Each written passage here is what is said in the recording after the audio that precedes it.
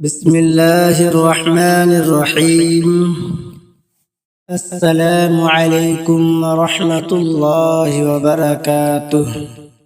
नाज़रीन, आज हम अदायगी कर्ज और हर किस्म की परेशानी की एक दुआ सीखेंगे।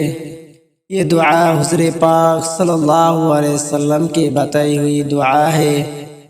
ये दुआ सुबह और शाम पढ़ने से अल्लाह ताला हर किस्म के कर्ज और परेशानी दूर फरमा देते हैं। इस दुआ को पढ़ते हैं, आप इस दुआ को गौर से सुनना है। बिस्मिल्लाहिर्रहमानिर्रहीम।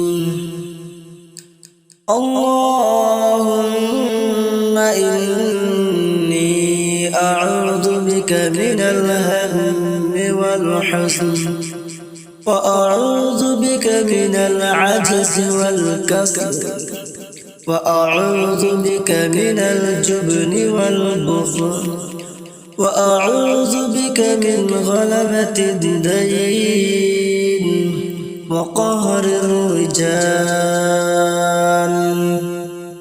हज़रत अबू सईद खुदरी रज़ियल्लाहु ताला अन्हु से रवायत है कि एक शख्स ने अर्ज़ किया, ए अल्लाह के रसूल, मुझे घेर लिया है गमों ने और कर्जों ने, यानी कसरत कर्ज की वजह से और अदायगी की फिक्र से परेशान हूँ।